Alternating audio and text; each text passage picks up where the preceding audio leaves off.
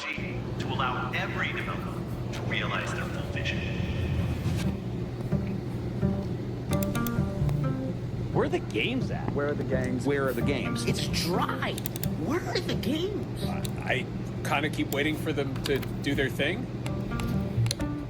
I don't see anything. These are easily the most pointless upgrades I've ever experienced. What is the point of buying a console if you can just make a PC? If you're gonna have everything on PC, why not just buy a PC and then console? Where are the games? Where are the deadlines? Where are the projects? Where are the teases? Like, it feels weird that it's like, Why buy consoles?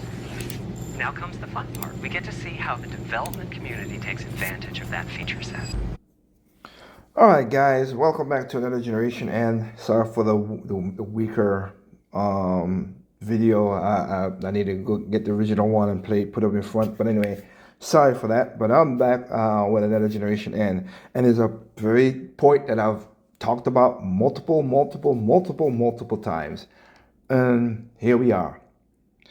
You'll own nothing and be happy. Again, people will bitch, Nintendo is this, Nintendo is that, Nintendo is this. They're the only console. They're the only console. I showed a video. Nintendo does what Genesis don't. The joke I did in a video just a while back. Nintendo did that. They're the only console, like I said before, that their games are coming out physical. For now. Again, it could change in the future. Definitely. But for now, that's it. PlayStation ain't doing it. Xbox ain't doing it. And forget PC and whatever. You gotta figure out the launchers and all the other stuff. And I ain't even go through all the heck with all that trash. I am a simple person.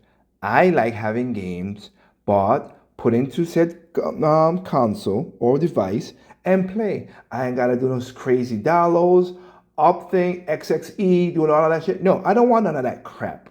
That's me. That's when gaming was fun, because what did we video gamers did talked about?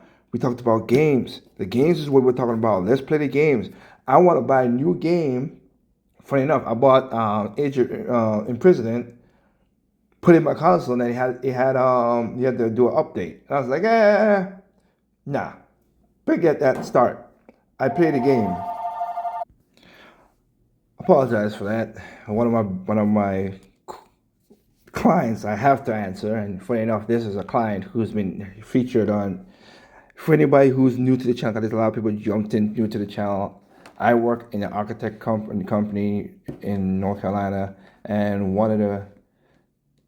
so when you hear clicking and stuff, I'm at my desk because I work crazy hours. So I apologize. I don't put the polish to videos like other people, or like I used to do back in the day. When I used to do back in the day, it was easier. Now that I'm third in command, there's two people above me, and I run this office where I'm at right now. I got too much shit going on, so I try to put these videos in there. So the quality is bad, the sounding is bad. I have a home studio because I do music, but I have to do better audio as best as I can. But I don't have the time for it. So I do this project. I do and do a channel with Katie and stuff, that so we could have something to do, talk about gaming, and that's what it is. So sorry for the bad quality and noises and clicks you're hearing and stuff. I got a quieter mouse, which is, hopefully you don't be hearing that, but that's less than the clicky you're normally hearing. But anyway, apologize for that. Again, the client I just talked to also is a person who's been featured and also have done shows on HDTV. So I gotta go priority and take his call. But other than that, let's get back in the story, and he might call back. He just told me he might call to change something, so he can get another phone call. Apologize for that. But anyway, getting back to subject at hand. This right here, you own nothing. Ubisoft said that a while ago back, and people didn't care for it. And then y'all trying to do this whole thing about own stuff, blah, blah, blah. I forgot, save games, whatever it's called online. I'm going to do a video about that too, because I don't think it's going to work. But anyway, whatever. I'll not put money behind something I know ain't going to work, because, again, millions of gamers spoke with their wallet and said, we want convenience over practicality. So this is the culmination of what it is right now. So let's go. A great darkness threatens this world. Yep. Left unchecked, it will swallow it entirely. How big would you say your current video game backlog is? For me personally, I can tell you mine dates back to the PS1 at minimum. Now what if I told Mine is back, jeez, on the DS. Good grief. I know I got Wii. I got Wii, I got DS, I got Wii. It goes back to the GameCube. I think it goes back to the GameCube. GameCube is whatever. I have all my PlayStation games I beat, all my 64 games that I have owned I beat. So yeah. Damn, I got a lot of games. Good grief. you that there's a chance that your backlog was shrinking without you even knowing it? That you finally sit down to play that game you've put off for years and suddenly it's just gone. You bought the game. Unless my house is burned down, it ain't, because I bought my game physical. Had it in your library for years, and suddenly the platform or publisher just deletes your fully purchased game from your library with no warning, and worse, no refund. Welcome to Mojo Plays, and all we want to do is play our games whenever we want, but for some reason we're not allowed to, and are instead being... Like I said, he's gonna call back again. I apologize, but this is the only chance I got to do this, so let me do it. Dang it. Anyway, he's gonna call back again. So yes, the big money's called. You gotta answer. Anyway, go ahead. Welcome to Mojo Plays, and all we want to do is play our games whenever we want, but for some reason we're not allowed to, and are instead... Yes, you are. If you bought physical games, you could play them whenever you want. But because y'all wanted digital games for convenience, that's what you get.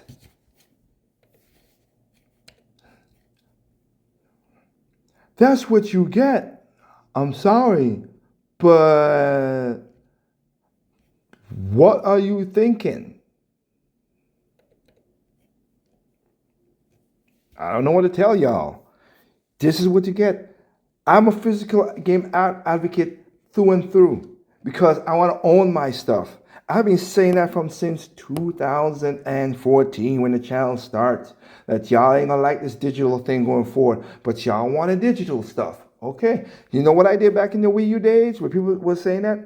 I speak when I want it. I bought digital for the convenience. I also bought physical, so I have the game for as long as I want. So I bought both. And I have the game for as long as I want. So, yeah. That'll be the smartest thing to do. But since getting to the Nintendo Wii, Nintendo Switch era, I started just bought physical games only. I bought some digital games if it's stuff. Because if it's a game that's like Nintendo or whatever, I bought some digital games if I want to get it then, but I know it's going to pick up the physical later on. So I've done that still, in a way. If it's third party that I respect and the game is good enough, and all I have is digital, and I'm talking about small third parties, not no EA, not no Ubisoft, fuck 'em. I'm not doing that bullshit. But the other ones, yeah, or any games, I would purchase digital. If a physical come along, I would buy it. I've done that with a lot of physical, like the Turtles and the Street of Rage and the Horizon Zero Chasers games and stuff like that. I would love to find an Icy for the Switch. That would be a perfect game to have because I love that game on the Switch and it's a really good hack and slash. But taking my point, my games are physical, so I don't have that problem as you do. Maybe you should just buy physical. Instead being told that we never truly owned them in the first place. You don't. One shall stand. One shall fall.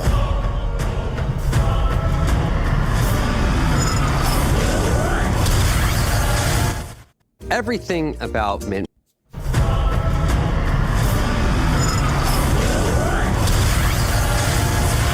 A study recently found that roughly 87% of games developed before 2010 have either been deleted or out of print or simply unplayable in any way. Well, except if you bought it physically, then you have no problems. That's the way I look at it. While there is a large community of gamers who obsessively collect games, me included, if you ever wanted to play some of these games again, much like I do, you're basically out of luck. Retro Not gaming really. is an incredibly expensive hobby, with many titles becoming rarer and in demand with every passing year, driving up costs for something that is also very difficult to play. Retro consoles degrade over time, and repairing or replacing them can often be just as expensive as the game you wanted to play. That is true, but if you take care of your shit as best as you can, Sega Dreamcast, still working. 64, still working. Super Nintendo, still working. Just saying, GameCube, Wii, Wii U, DS, all of them are working. Knocking on wood on that, okay? I am. You gotta take care of them. There will soon be entire generations who will never be able to play many of the classic games of the 90s and 2000s simply because they no longer exist. With the rise of and push for digital gaming, the threat that games can instantly disappear is greater than ever. Platforms like Steam, Xbox Live, PSN, and Nintendo eShop have taken titles offline almost daily with no notification and countless hours of work by dedicated teams simply erased forever. The shutdown of the eShop for the Nintendo 3DS, as well as the Wii and Wii U, led to the erasure of roughly 2,000 games that will never be playable again and will likely never find a way to come back. No, on the Nintendo side, there's some coming back. Not all. 2,000 games, like you said, not all. If it's Nintendo's games, then they have ways to come back. The ones that was, you know, exclusives and stuff like that, like Sakura Warriors and stuff like that, yeah, it does suck. Those are not going to come back. They need to come back. And 2, again, buy the physical and keep it. Microsoft also recently shut down the Xbox 360 marketplace, which essentially laid the groundwork for digital console libraries in the mid-2000s. And another 200 games have been turned to digital dust if you didn't already own the games in some capacity. Sony also attempted to shut down the PS3 storefront, but after substantial backlash, relented on the decision. But even a cursory glance at the games available in the shop, it's clear that what remains is a shadow of what used to be available. Exactly. Well, team, I believe some congratulations are in order. There was a time when backwards compatibility solved some of the issues of games becoming unplayable. The PS2 could play PS1 games, the Xbox 360 could play most Xbox games, and the PS3 originally could play PS2 and PS1 games. And I can tell you this right now, that's why I bought a PlayStation 5, to play PlayStation 4 games. I have PlayStation 5 games, but I also play PlayStation 4 games. Just telling the truth. Before that was worked out of the console. However, once the PS4 was released, backwards compatibility with previous generations was gone. If you wanted to play any of the games you purchased digitally on PS3, or even any of the games for the previous generations, you better hope you held onto your PS3 and your login info. I'm only here because you wouldn't last a second without me. Sony has at least taken some steps towards making their older titles available on PS4 and PS5, but the offerings pale in comparison to what is being left in the past, and making some titles only playable through streaming is an idiotic decision in an age where steady online services still don't exist. Microsoft... Again, you're correct, sir, but here's the thing. Gamers asked for this shit. And no one hit me. No, you did. Not maybe you people who listen to my voice specifically, but gamers as a whole asked for this shit. Y'all want to streaming. Y'all want to be online. Y'all want to be like a PewDiePie and all that stuff to make money. That's what y'all. It's the love of the gamings, and that's what you get. Made a huge splash announcing a big push for backwards compatibility with the Xbox One and greatly expanded gamers' libraries by making many titles dating all the way back to the OG Xbox playable again. Today, I'm pleased to announce Xbox One backward compatibility. However, this too was ultimately short-lived, and after a time, Microsoft and Xbox halted the program and stopped adding titles to their backwards compatibility catalog, once again locking hundreds, if not more, titles to outdated and retro hardware. Ideally, as we moved forward with more powerful hardware, theoretically it should be easier than ever to play our older games, especially with so many of them already being converted digitally. And yet, these multi-million and oftentimes billion-dollar companies are either completely ignorant on how to bring their legacy titles to modern hardware, or more likely, they just don't care. This is despite the fact that dedicated homebrew programmers and gamers can make these games playable or build emulators to keep these titles alive, and yet Sony, Microsoft, and Nintendo's seemingly endless resources are incapable of doing the same. Instead, gamers are bombarded with endless remakes, remasters, and re-releases in order to play games they've already likely bought numerous times. Admittedly, this is at least a concession. Again, you asked for that stuff. You can't play Mario 7 RPG. Now you get Mario, you have it on the thing for the Wii U, for the Switch. Yes, it's not the exact word for word port because they have to make changes because we live in certain things right now. But it's not a that, pay $100 or whatever, use the emulation. Okay. And I want to get this clear again because people always get this messed up with me. I am not against emulation if you're doing it for yourself. The problem is the companies that do it to make money, that's a problem. That's that's against the law. And two, if you don't have the rights to do that, just don't. That's all.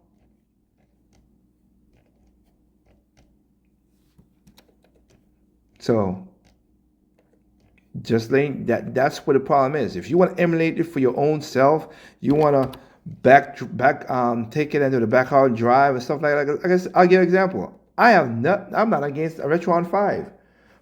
I have the cartridges. I am going to pick up a Retron 5 maybe sometime next year. And because I have all these cartridges and I have my consoles just in case, but I could put it in. The Game Boy Advance one is the more problematic one because of the DS. I want a DS Lite, but the dang thing is those hinges are horrible on the damn DS Lite. So if I could put it in there and play the game that way, I'll do it. My advanced games, and my the old DS games could play on the 3DS, so it doesn't bother me. To keep some of these games playable and offer some much needed quality of life improvements, but it still stings to know you likely already had purchased these games at full price only a few years ago and are now expected to do it again, likely Not for really. an even more ridiculous price hike. Oh, you go to Nintendo. Oh, okay. There's a way to stop this. They give you a product. They put in work into it. You got to pay for the efforts. That's the way I look at it as. Or keep the Wii and find Mario Galaxy 1 and 2 and play the game. That's the only way you could do it and buy it.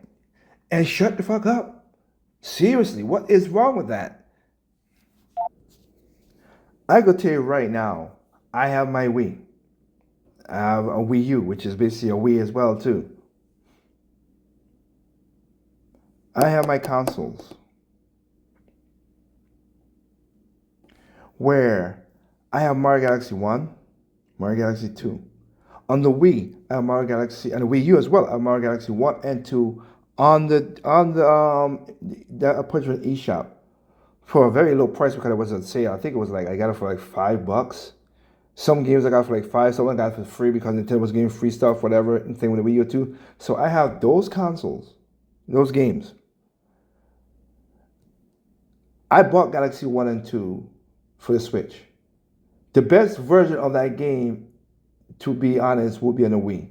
Could you use if you want a true, because you gotta keep on resetting the daggone IR sense. You ain't got IR sensor, but it set the gyroscope. But what do you expect?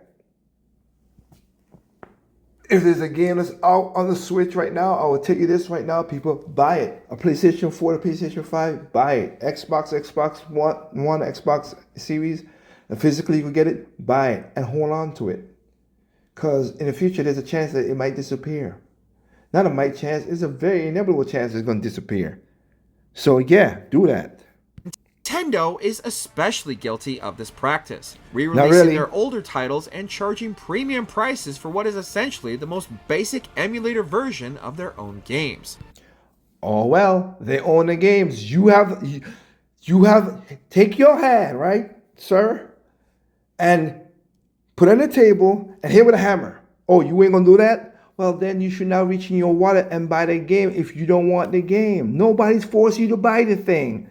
That's the problem of the other side of this. Who's forcing you? Nobody. You want to buy it? Buy it. Oh, Nintendo's sending back nostalgia. Like every other corporation in the world.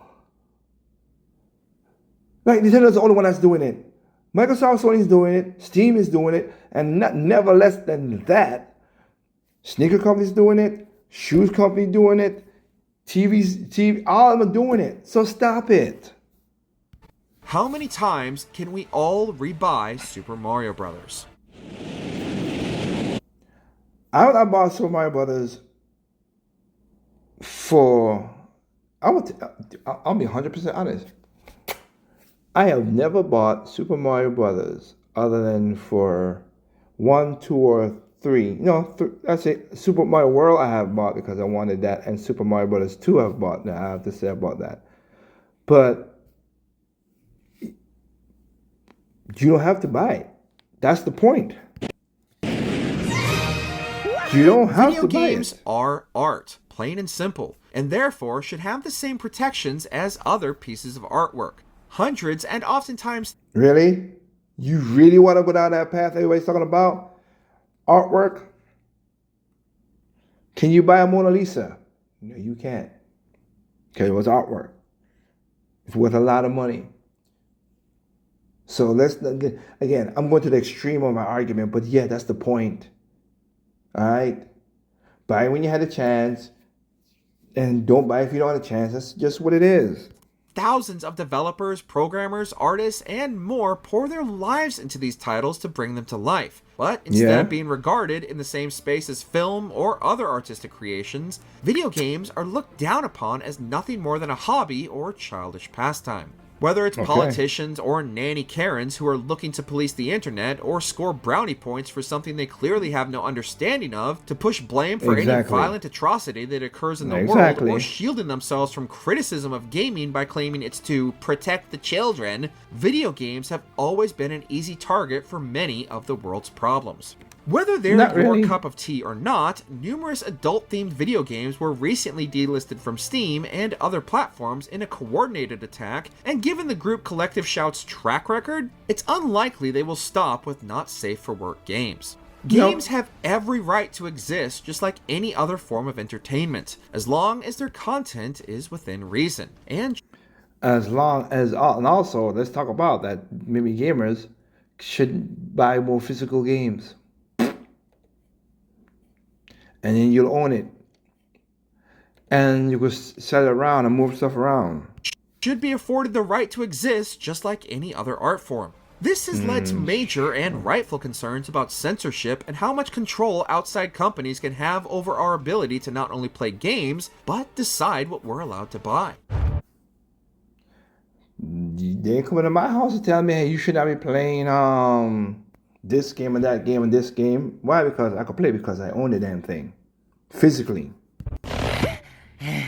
This place has too much excitement. Another major issue with games disappearing comes down to licensing agreements. Whether it be music used within the game or simply the IP the game was developed for, games will often be pulled from shelves and digital storefronts because either an IP's license expired or the publisher simply didn't want to continue paying for it. Thousands of devs' hard work and dedication simply gone because someone decided the IP cost wasn't worth it anymore. The Transformers Cybertron games, the numerous Spider-Man titles of the 360 and PS3 era, and countless others are now only playable on those respective consoles, and that's if you can find copies of the game that don't put you in debt. Our defeat would mean the end of everything. For whatever reason, video games, despite being quite literally one of the most profitable forms of entertainment in the world, aren't viewed as the art form they are in the same way that film, music, and literature are. You've earned this, so while there are near limitless efforts to preserve music, film, and books, re-releasing these titles in updated formats with numerous updates to make them available to future generations, video games consistently rely on its own audience to preserve their legacy while their own creators abandon them. Recently, there has been a push by gamers to not only preserve these games that are slowly becoming lost to time and older hardware, but even modern titles that are barely even a decade old. The movement, simply titled Stop Killing Games, aims to That's help publishers and developers. That's not gonna. See, here's my problem. I have a problem with Stop Killing Games. Is what the games you're attaching to is what my problem is. The crew was always online. What you were expected to happen? It's just like you're saying, hey, let's stop the sun from rising from the east. It's gonna rise no matter what. So why would I even argue the point? That's a stupid argument. That's the video I'm gonna do with the whole Stop Killing Game because it's dumb. It's a dumb argument on that game front. What you need to do, and here's how it works. Maybe get a couple billionaires, because you're going to need some billionaire money to this. Let them like music, because it's happening to music as well too. You don't know this because I know because I'm in the music industry. I know this, but it's happening to music as well too, that you're losing the music. But again, my first ever CD that I ever bought, first ever CD I ever bought in my life, Fugees, The Score. You know what it is? In my house, in the same CD case, in pristine condition. Bought that in 1996 or 1995. One of those 2 years I bought that. Still up to today. So 5, 15, 30 years later, it's still, I could put it in my car, because my car still have a CD player, thank God.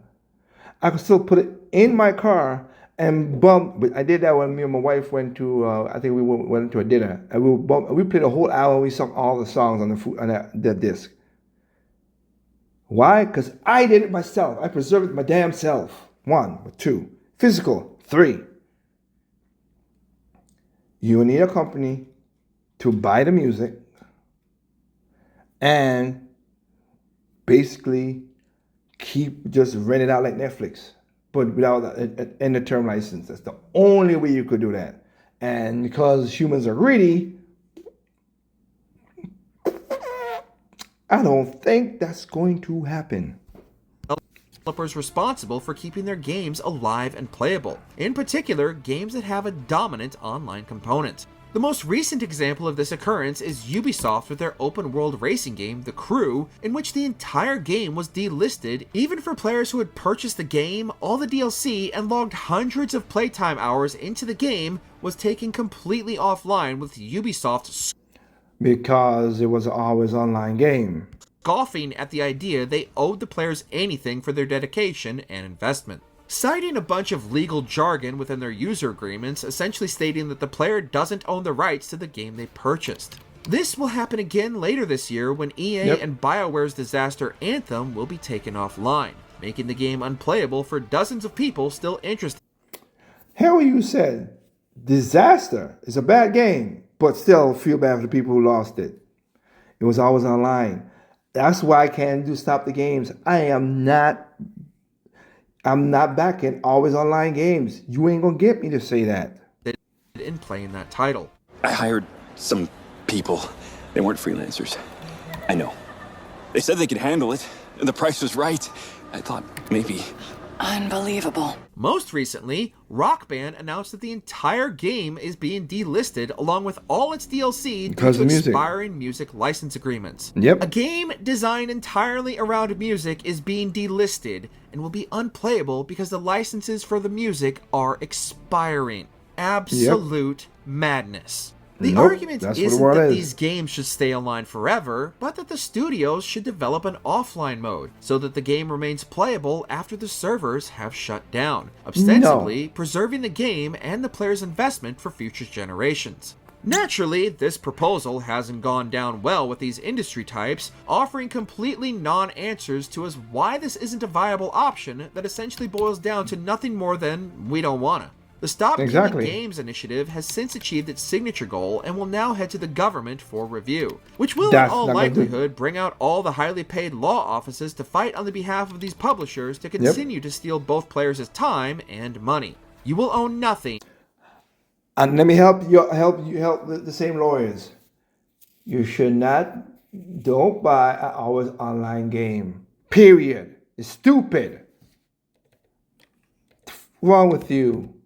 Offline game, I could get you arguing that point, stop the game, but always online game? Are you mental? I need the internet to play my damn games? No. And you will be happy. To continue to steal both players' time and money. You will own nothing, and you will be happy. But, well, you know, these guns are a bit shit. No offense. Corporate greed is nothing new, but within the gaming industry, it seems especially egregious. Gamers are seen as money printing machines who are constantly bombarded with ways to separate us from our hard-earned money, all in the pursuit. It's quite simple. You give me product, I like the product, I buy it, then I move on. They're not separating you from your wallet if you don't want to do it. Have a brain. Have your own heart to not buy stuff that you don't need. Gaming is not a need. It is not. I'm a gamer for life, and I could tell you that. I worked on games and stuff like that. It's not a need. So stop trying to pluck the heartstrings for that nonsense, because it ain't work. It's not gonna work in laws and everything. Okay. That's so annoying. Separate. Yeah, Nissan separated my hard-earned money from me, so I buy a car in 2013. And God bless me, it's still driving to this day. Thank God. Cadillac separated money from me and my wife. But the Cadillac is driving to this day. Same thing with my sister. My sister bought a Nissan Sentra 2 years ago, brand new car. So we are the ones who make the decisions. That's why I like customers instead of consumers. Because the language is so crazy. Gamers, listen to the wording again. Greed is nothing new, but within the gaming industry, it seems especially egregious. Gamers are seen as money printing machines who are constantly bombarded with ways to separate us from our hard-earned money, all in the pursuit of the mythical whales that spend the big bucks on battle passes or cosmetics that are released. Which is, you basically prove my point right there. I am not a whale. I ain't doing no battle pass, never have. I ain't paying for cosmetics, never have, never will. And that's it. The game that y'all, the features and stuff y'all asking for, is stupid in my mind to even purchase that crap. That's literally why when my in-laws' nephew was talking about, he want to get stuff for Fortnite, I was like, no, I'm not doing that. And I bought a game. Funny enough, he's coming back around now. He wants Donkey Kong for Christmas, Donkey Kong Bonanza. I was like, I'm not doing that. That's a waste of money. But that's what he wants. Wow. That doesn't mean I'm gonna be a part of that consumerism. No, teach your son not to do that. If y'all want to buy that for your son, go ahead. I'll not be a part of that. Publishers are all too happy to take your money for these games to continue to release in disastrously unplayable states, refuse to fix them. Again, and that falls on the gamers. If you stop by shitty games, maybe we'll get good stuff. But y'all, you don't. And I even go to the Nintendo with the Pokemon series. Come on, if the game is broken and messed up, don't make it the fastest selling game, blah, blah, blah, whatever. Hold out, wait. Don't do it. I'm just saying. Or offer refunds, and then blame the gamers for their expectations for a functioning product, and then just delete the game from existence once it stops being profitable, no matter the fan outcry. However, there is yet another threat on the horizon that has the potential to be even more dangerous for gaming than many of these others I've already listed: the age of patenting. Recently, Nintendo has been especially aggressive and egregious in its lawsuit against Pokemon competitor Palworld, patenting all manner of game mechanics in an attempt to destroy their competition, all of which are things that they didn't even create themselves. From summoning creatures from balls to even claiming to own the ability to use creatures to fly around the game world, there seems to be no limit to Nintendo's underhanded tactics to crush Palworld and developer Pocket Pair. Again, I would say this is basically Pokemon Company, which I just chastised, and I will chastise them for doing this. This is not Nintendo, but whatever. People are going to keep on saying what they're saying, so I don't care. I've given up on this argument because I don't care. And yet, even with all this clear legal BS, their most recent patent that never should have been granted is by far their most damning and dangerous due to the precedent it sets for the industry. For whatever reason, most likely uninformed or ignorant staff at the patent offices, Nintendo was recently granted a patent on summoning creatures to fight for you in all forms of video game media. That's right, Nintendo now claims to completely own the summon ability of video games. That's not gonna stop. Monster Hunter Stories is coming out, and the other games in Japan. It's so funny again. It's bad they got patent. That's not on Nintendo or Pokemon Company on that part. The company again, and the patent is only for Western market. In Japan, they got this stuff already, and they're doing it, and they're not stopping games come out. It's stuff like this is where atrocious happens. But again, I'm arguing the point. What I'm doing, come on, like, stop arguing this shit. It is what it is.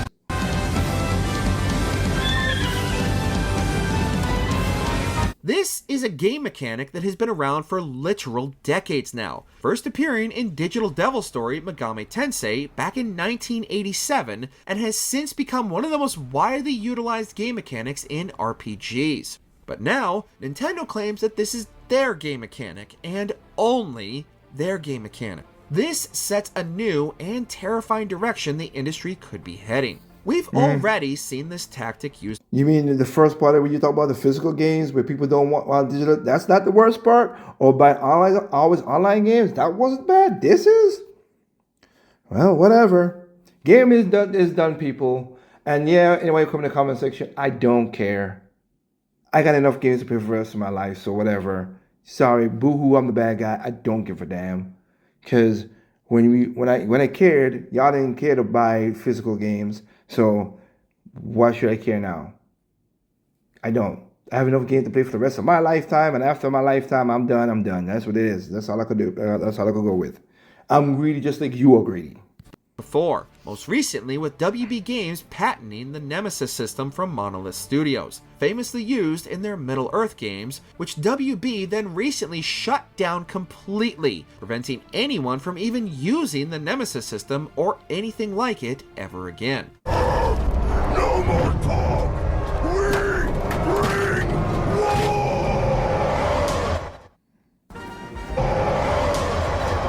What Nintendo has done is essentially creatively bankrupt the game industry. Gaming is designed and built on iteration. Even Nintendo's precious Pokemon franchise is an amalgamation of countless game mechanics pioneered by other creators and developers. This move is the death of creativity within gaming, as these greedy corporations that are consistently bleeding money from their broken game launches and financial disasters will begin looking at these game mechanics as easy money, something they can license out to other developers and simply collect a paycheck. This could also spell disaster for the indie and AA gaming space, as these would-be startup creators would be unlikely to afford the exorbitant license fees charged by these enormous publishers. Gaming has always been a collaborative ecosystem.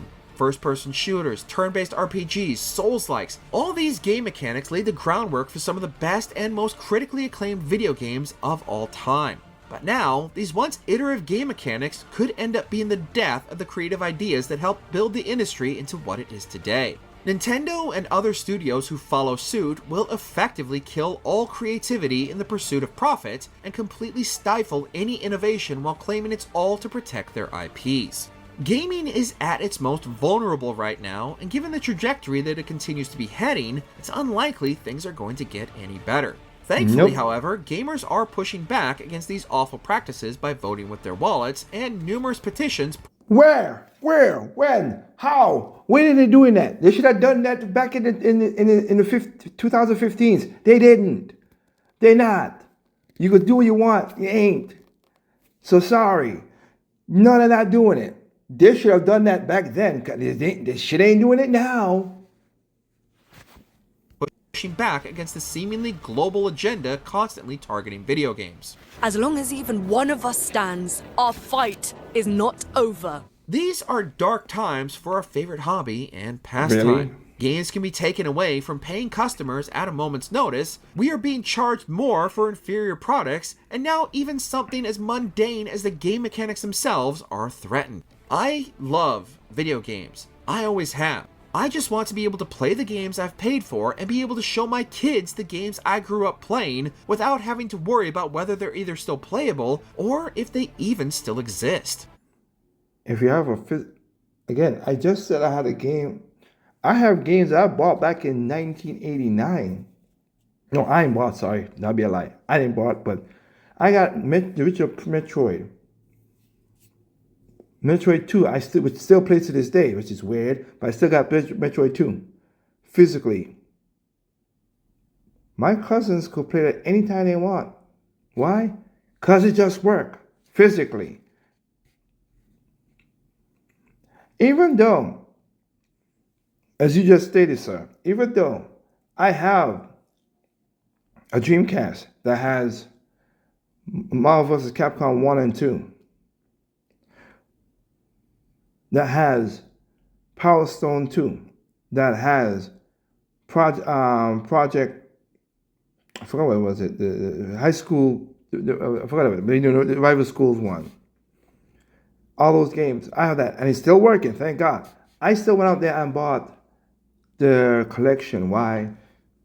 Because it'll be easy to me happy to have the stuff. But I bought the collection, and how did I bought the collection? Physical. That's how I bought the collection. So if you want to pass it on to your kids, that's what the frig you should do.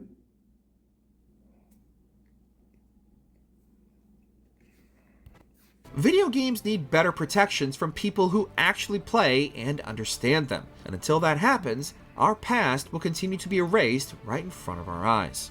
Basically. It is a necessary war to return us to glory. What do you think? Is there any way gaming can be saved from itself? What No. games have been deleted or are almost impossible to play these days that you miss? Let us know in the comments. Not really, I have You all of them. swore the oath. When one falls, we continue. Yes, I know. When one falls. When one falls. Not if. When. Did you enjoy this? Alright, so there Did you enjoy this video? That's what it's all about. I just wanted to point it out there. It is what it is. But again, you ask for the outcome, you won't get the outcome. It's just like how people are talking in New York now. They voted for that outcome, and they think this is going to be better. No, you need to learn that your mistakes and your has consequences. Now, your consequences is messing my game of life because, again, I ain't got my save file and blah, blah, blah. You know, we know that. But you know what? It is what it is. I got to accept it and move the fuck on because I'm not going to. I got one life to live and I'm not going to be doing that. Sorry, guys. If you want to do something, I'm going to tell you this right now. Buy old consoles. Make sure they're good. Take care of them. Buy the games that you like. Don't buy the games you don't like. That includes Nintendo. Don't buy Nintendo games. Don't buy Nintendo Switch 2. But if that's a console, buy a PlayStation, buy a Steam Deck, buy whatever you want to buy. Buy them. If you go buy physical, buy physical. And just put them in a spot that is pristine. Yes, it takes up space, but again, as a gamer, ain't that what you like to have something to look at, whatever? It's so funny. There's a funny part. I laugh at this shit right here. There's a part where it's more videos. I've seen this. Other people doing this. Multiple videos of people doing this. You have people who are online showing off their awesome room of gaming, but they say they buy only digital games. So what if you have the daggone room for? Just for that, I could put a nice little case and cover or whatever and put my games in there. Why do you have the room? I know you just basically to show off and show people all that, and to show, hey, I got no.